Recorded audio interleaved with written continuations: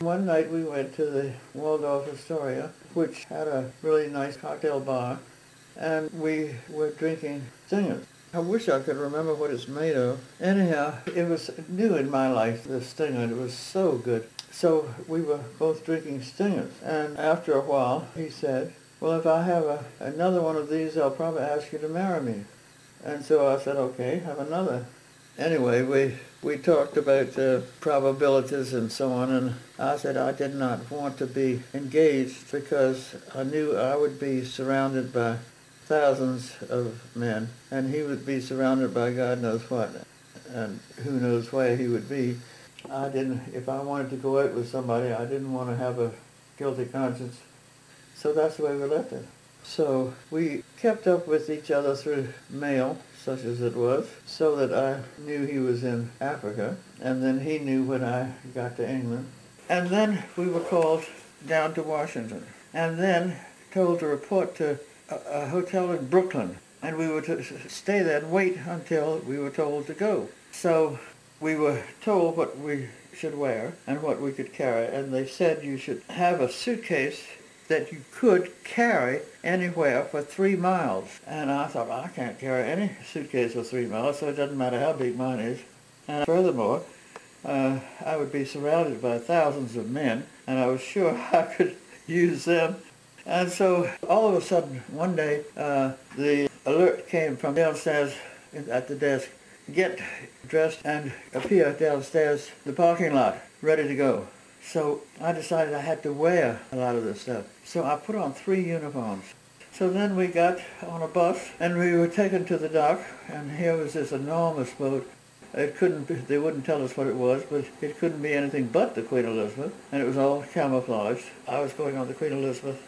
The GIs were already on it. There were 18,000. They were already on board. And as I had anticipated, they heard that girls were coming, so they were all peering over the rails. And when they saw me wearing with this thing, 3 of them came rushing down to pick it up and take it upstairs.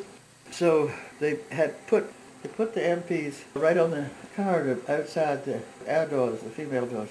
And so they had their eye on us, and I began undressing.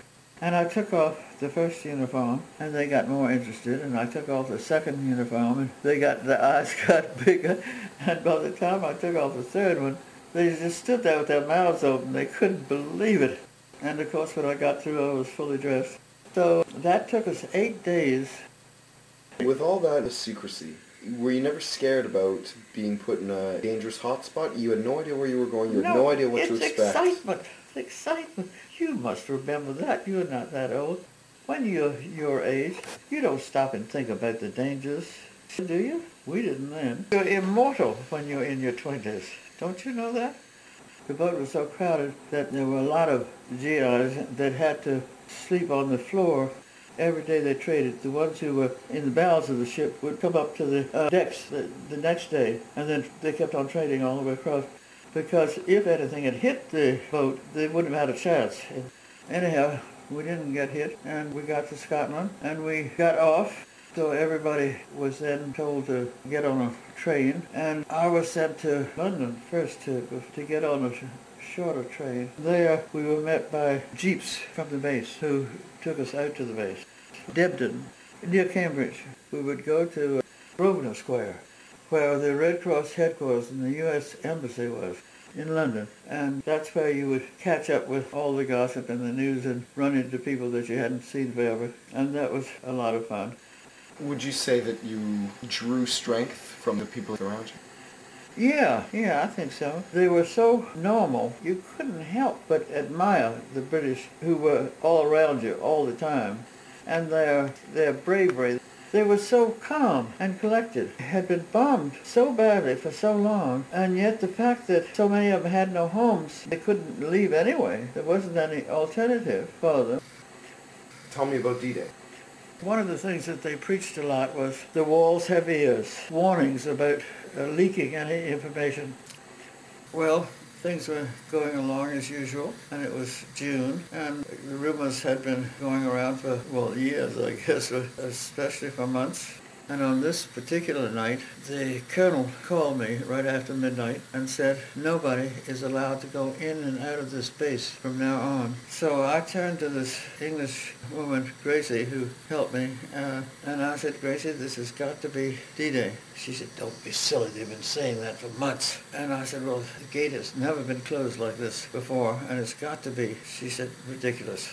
So I said, well, I'm going to go get a bottle of hooch, and I'm going to sit here, and I'm going to stay up all night, and I'm going to watch what happens, because this is history, and if you don't want to see history, you go to bed. So, of course, I talked her into it, and we sat there taking a drink. Then all of a sudden, around 2 or 3 in the morning, we began to hear a buzz throughout the whole base, and one after the other group would be getting going. And then, just as dawn was breaking, they took off, and they all had on their port and starboard lights, the red and green, and they just looked like a whole bunch of Christmas tree lights. It was just beautiful. So off they went. And then, in what seemed like about 2 minutes, back they came for refueling. Meanwhile, the mechanics, who had been notoriously depressed with not enough to do and hanging around for 3 and 4 years, and the morale was very, very low. So all of a sudden, they woke up, and they couldn't wait for the planes to get back to start doing it again,